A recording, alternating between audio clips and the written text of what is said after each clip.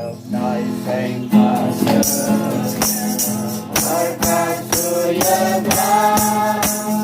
May God market say, of the like and I satisfy us. He comes in the blood, other than the dark, like the blood.